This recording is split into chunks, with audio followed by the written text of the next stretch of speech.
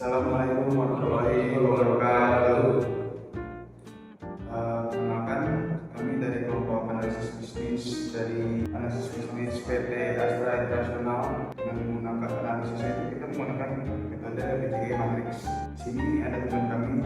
Perkenalkan, saya Muhammad Galib. Perkenalkan, nama saya Hamid. Dan saya Muhammad Abdul Syafra. Kali ini kita akan mulai dari Astra sendiri didirikan pada 20 Februari 1957 dan berkantor di Jakarta, Indonesia. Saat ini, Astra merupakan salah satu konglomerat terbesar di Indonesia dengan kegiatan usaha yang sangat beragam. Astra sendiri memiliki 7 segmen bisnis utama, yaitu otomotif, jasa keuangan, alat berat, pertambangan, konstruksi, dan energi, agribisnis, infrastruktur logistik, teknologi informasi, serta properti. Dengan diversifikasi bisnis tersebut, Astra memiliki posisi yang kuat di industri di berbagai sektor industri, termasuk pangsa pasar otomotif nasional yang berada di kisaran 50%. Karena memiliki banyak unit bisnis dengan karakteristik dan tingkat pertumbuhan yang berbeda, Astra menjadi perusahaan yang tepat untuk dianalisis menggunakan BCG Matrix guna mengetahui posisi setiap unit bisnis dan menentukan strategi yang paling sesuai. Meskipun memiliki posisi pasar yang kuat, Astra tetap menghadapi beberapa tantangan bisnis. Oleh karena itu, pada slide berikutnya kami akan menjelaskan permasalahan utama yang menjadi dasar dilakukannya analisis ini. Oke, kita masuk ke dalam masalah utama. Jadi di sini masalah utama dari perusahaan Astra ini, kita bisa lihat dari poin pertama yaitu penurunan kinerja keuangan pendapatan pada tahun 2025. Di mana di sini 1,5% sendiri dari 323,39 triliun. Lalu laba bersihnya itu turun sekitar 3,33%. Jadi pendapatan bersih dari PT Astra itu turun nih 3,33%, 32,79 dan 76 triliun. Jadi akan kita analisis kenapa hal itu terjadi dan bagaimana cara kita menyelesaikannya. Lalu kedua, permasalahannya ini kita ambil dari contoh kasus mobil EV ya, karena Astra ini kan pangsa pasarnya banyak di otomotif dan peningkatan produksi EV seperti BYD dan Blink menjadi salah satu kompetitor ya di dalam negeri ini. Lalu di pasar-pasar yang berkendaraan konvensional, Astra mulai sedikit tertekan juga dari beberapa lain. Lalu salah satu portofolio bisnis Astra yaitu tekanan pada bisnis di alat berat. Jadi penurunan signifikan ini juga berpengaruh di bagian segmen bisnis alat berat Astra. Kita akan bahas lalu probabilitas segmen alat berat dan pertambangan mengalami tekanan transformasi digital melalui digitalisasi ini. Kita perlu mengaplikasikan investasi secara lebih efektif dan pada setiap SPU. Lalu perlu mempercepat integrasi ekosistem digital agar tetap efektif. Untuk yang berikutnya adalah metode yang digunakan untuk analisis BCG Matrix. Metode yang digunakan untuk mengevaluasi portofolio bisnis berdasarkan dua indikator utama yaitu market growth rate atau tingkat pertumbuhan pasar dan relatif market share untuk pasar relatif.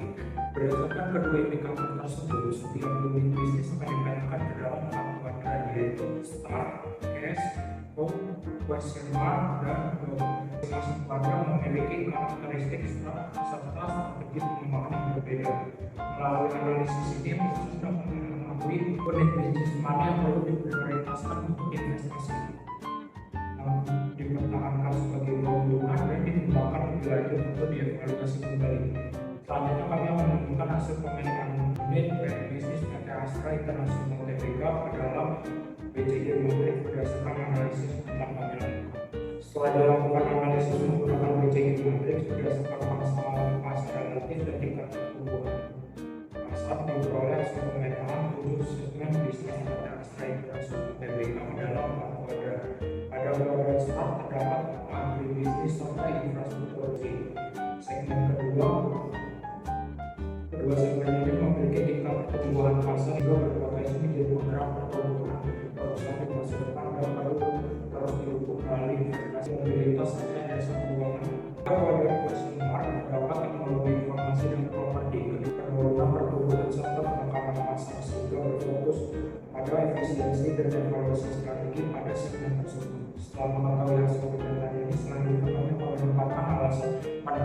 masing-masing segmen pada setiap kuadran berdasarkan strategi rekomendasi.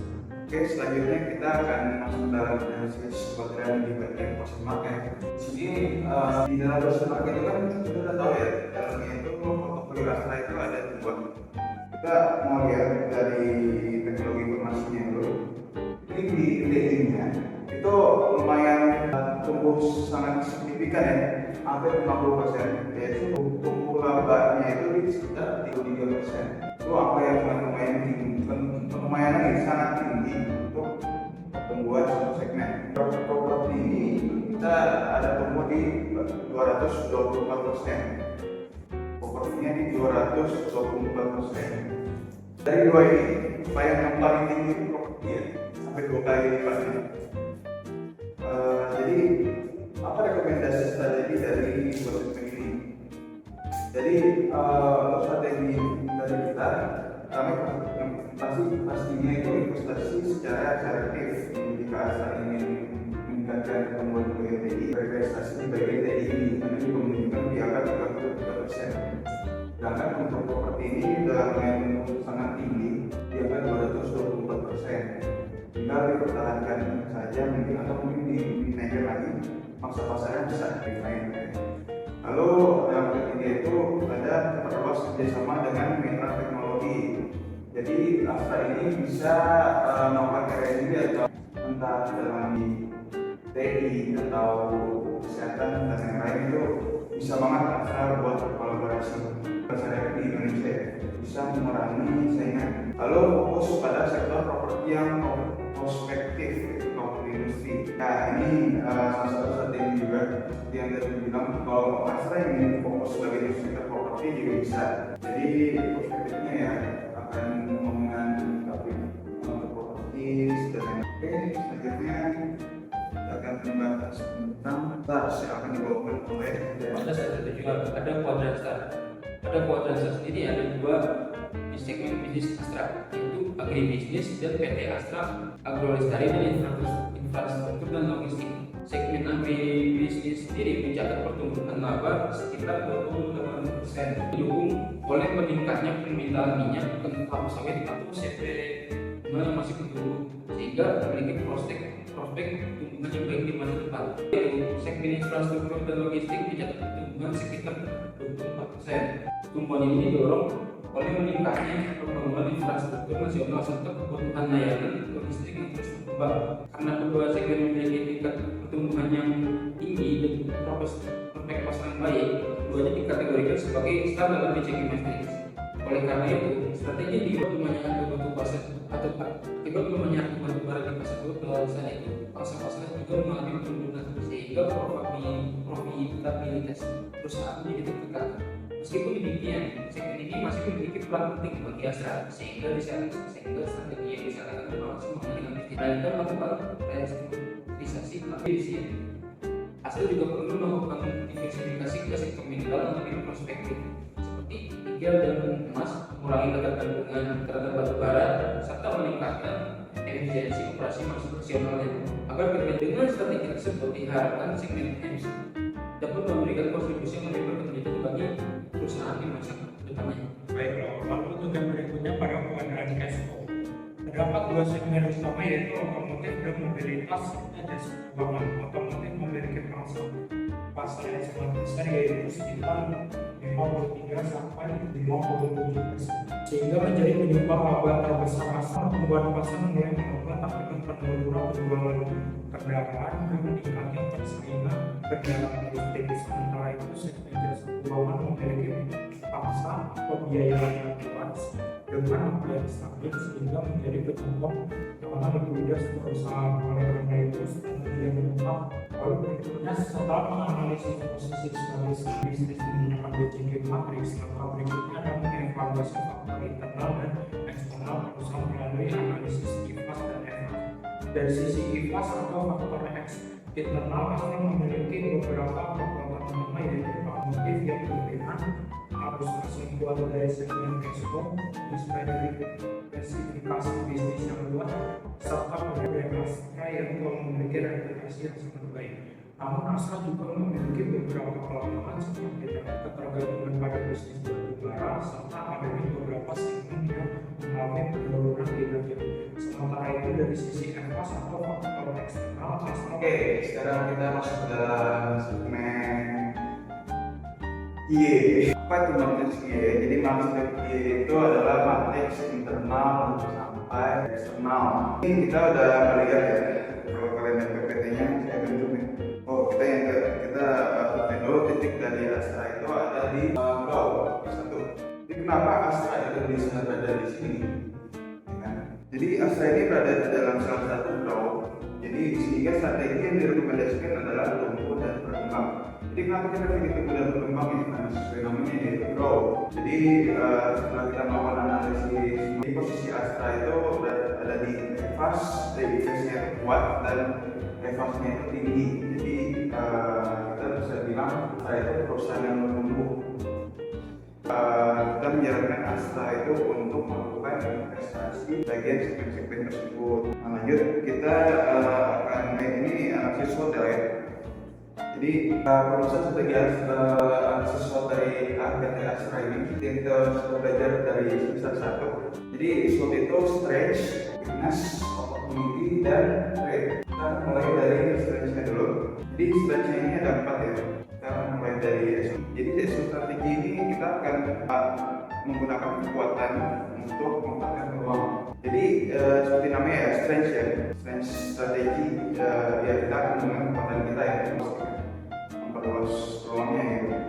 Jadi bisa dari memperluas investasi, terus juga memanfaatkan jaringan distribusi dan kemitraan, ekspansi pasar baru, lalu mengoptimalkan kinerja keuangan untuk mendukung investasi ekspansi berkelanjutan. Ke bagian hashtag bagian O dulu ya. Di bagian O ini kita mengatasi kelemahan dengan memanfaatkan peluang, mempercepat transformasi digital atau otomasi untuk meningkatkan efisiensi. Jadi kita memanfaatkan lalu untuk mengurangi ketergantungan pada otomotif, kita akan melakukan diversifikasi ke bisnis masa depan seperti EV gitu kan. Lalu selanjutnya ada memperkembangkan kapabilitas SDM dan budaya inovasi di seluruh lini bisnis. Jadi strategi ini kita gunakan kekuatan untuk mengatasi ancaman. Jadi stress trade begini, mempertahankan posisi pasar dengan keunggulan kualitas layanan inovasi produk. Hal yang kita punya seperti layanan, kualitas, inovasi. Jadi di situ kita akan gembor bagian situ lah ya. Lalu mengelola resiko volatilitas harga komoditas melalui efisiensi dan hedging. Lalu yang ketiga ada memanfaatkan reputasi dan jaringan kuat untuk menghadapi persaingan global. Jadi memiliki margin rendah. Jadi bagian karena itu masuk pasar yang bisa dibilang beban pasar gitu. Jadi kita melakukan restrukturasi bisnis yang paling kita berbuat itu, lalu meningkatkan efisiensi operasional untuk menghadapi tekanan biaya regulasi. Kita bisa mengoptimalisasikan SDM-nya gitu kan, dan melakukan digitalisasi yang kita tahu gitu kan untuk optimasi sistem. Pertama dan modelnya kita lihat ke bagian stats yang bagian paling untung dari portfolio Astra ini. Jadi kita bisa bilangnya apa ya? Mengurangi kerugian dan menaikkan keuntungan yang kita punya gitu kan. Selanjutnya ada perhitungan ISP intinya yang dibawa oleh teman saya. Setelah menentukan alternatif strategi dari analisis SPT nya, langkah berikutnya adalah melakukan analisis menggunakan USPM untuk Quantitative Strategic Planning Matrix. Metode ini sendiri digunakan untuk menentukan strategi yang paling menarik berdasarkan faktor internal dan faktor eksternal yang telah diberi buku sebelumnya. Pada tabel ini dapat dilihat setiap alternatif strategi diberikan nilai attractiveness score atau AS pada setiap strategis. Nilai tersebut kemudian dikalikan dalam sehingga menghasilkan total attractiveness score atau AS. Jadi faktor internal diperoleh total strategi A sebesar 2,95 dan strategi B 3,20, strategi C 2,80 dan strategi D 1,80. Dan pada total eksternal strategi A adalah 2,55, strategi B adalah 2,40 dan strategi C adalah 3,5 dan dan strategi dia adalah 1,45. Berdasarkan sub total tersebut, total TAI itu digabungkan jadi sub total internal dan sub total eksternal. Alhasil sub total A digabungkan dengan sub total A dari internal digabungkan atau ditambahkan dengan B dan sub total A dari eksternal. Contoh sub total A jadi 0,50, strategi B jadi 5,50, strategi C jadi 5,15 dan strategi D menjadi 3,25. Untuk berikutnya adalah berdasarkan hasil metodologi SPM diperoleh total nilai TAI strategi. Strategi A yaitu pengembangan ekosistem kendaraan listrik diperoleh nilai 5,50. Melalui integrasi data pelanggan dan pengembangan ekosistem digital, Astra diharapkan dapat meningkatkan efisiensi operasional, memperkuat pelanggan dan menciptakan keunggulan kompetitif yang berkelanjutan. Berikutnya adalah setelah menentukan strategi prioritas melalui analisis ISPM, langkah berikutnya adalah menyusun rencana implementasi strategi integrasi digital dan single customer view. Strategi ini dibagi menjadi 3 tahap, yaitu jangka pendek, jangka menengah, dan jangka panjang. Pada tahap jangka pendek atau sampai 1 tahun, fokus utama adalah mengintegrasikan data pelanggan dari seluruh unit bisnis Astra ke dalam satu single customer view. Selain itu, perusahaan sendiri perlu meningkatkan keamanan data serta mengembangkan layanan digital yang sudah dimiliki agar pengalaman pelanggan menjadi lebih kredibel. Selanjutnya, pada tahap jangka menengah atau 1-3 tahun, Astra dapat mengoptimalkan analitik data dan artificial intelligence atau AI untuk memahami kebutuhan pelanggan secara lebih akurat. Pada tahap ini, perusahaan juga dapat memperkuat kolaborasi dengan fintech untuk perusahaan teknologi serta mempercepat digitalisasi bisnis di seluruh unit usaha. Kemudian, yang terakhir adalah pada tahap jangka panjang atau lebih dari 3 tahun, Astra diharapkan mampu membangun ekosistem digital yang terintegrasi antara layanan kendaraan listrik, jasa keuangan, dan berbagai platform digital lainnya. Dengan ekosistem terhubung, perusahaan dapat meningkatkan daya saing sekaligus menciptakan pertumbuhan bisnis yang berkelanjutan. Melalui implementasi strategi ini, Astra tidak hanya dapat meningkatkan efisiensi operasional, tapi juga memperkuat loyalitas pelanggan serta mempertahankan keunggulan kompetitif di era transformasi digital. Nah, jadi ada beberapa faktor tadi ya saya. Tapi gue penuh di segmen dari PT Astra ini juga sangat beragam ya. Pencuplikan sangat banyak banget ya PT Astra ini. Jadi dengan posisi yang berbeda-beda dari setiap keluar dari Matrix, jadi segmen otomotif dan mobil bisnis seperti yang berada di Esco ini dan menjadi sumber utama arus kas perusahaan. Segmen bisnis yang berada di dalam STAS dan memiliki potensi pertumbuhan yang sangat tinggi ya di depan ya. Sementara itu segmen teknologi informasi dan properties mereka pada kuartal konsumen dan kita belum tahu ada yang baru lalu sehingga memerlukan investasi dan pengembangan yang tepat untuk meningkatkan daya saing lumayan depan ya untuk portfolio di sana ya. Jadi portfolio itu lumayan turun lah karena hal itu. Jadi segmen itu berada di segmen top di manis kita analisis kita lah ya. Jadi memerlukan strategi atau efisiensi ya kita bisa nentuin mau Astra itu bisa nurunin modal dan menambahkan modal lagi untuk pertumbuhan dari perusahaan portfolio NC itu beberapa ke depannya ya. Lalu untuk analisis EVAS dan matriks Y menunjukkan bahwa Astra berada pada posisi grow build yaitu pertumbuhan dan membangun yang berarti perusahaan memiliki kondisi yang sangat membuatkan peluang pasar yang tersedia. Nah, berdasarkan analisis ISPM, strategi yang paling memprioritaskan adalah integritas digital dan single customer view dengan nilai atribut kita ada digital gitu yang bisa mempermudahkan hal yang kurang itu serta menunggu performance digital saya. Lalu dengan menerapkan strategi tersebut secara bertahap, jadi Astra ini diharapkan mampu mempertahankan keunggulan kompetitif. Siapa sih nggak kenal mobil Astra ya kayak persaingan Toyota dan sana begitu lah ya. Jadi kayak Astra itu udah lama banget lah di pasar Indonesia ini bagi otomotif itu. Jadi diharapkan ya bisa ramainya cerita di Indonesia ini. Lalu juga diharapkan untuk meningkatkan perubahan bisnis yang berkelanjutan dan menciptakan energi aja. Ya dari kami. Maaf jika ada salah kata. Assalamualaikum warahmatullahi wabarakatuh.